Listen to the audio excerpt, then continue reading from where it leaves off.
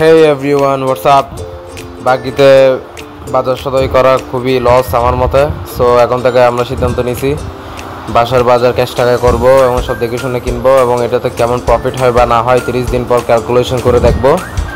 So বাজারের সাথে বড় দোকান থেকে বাজার করতে আসলাম, এগুলো কিনে বাসায় আসলাম। এখন এগুলো বের করব। 30 দিন টার্গেট করে ইনশাল্লাহ বাজারগুলো করা হয়েছে, দেখা যাক কেমন যায়। তেল আর ডিম এটা অন্য দোকান থেকে ইনশাল্লাহ কিনা হবে, আপাতত এগুলো কিনা হয়েছে।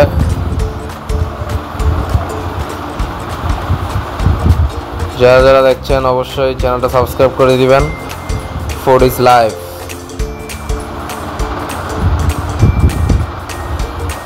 কারা কারা এইভাবে বাজার করেন অবশ্যই জানাবেন।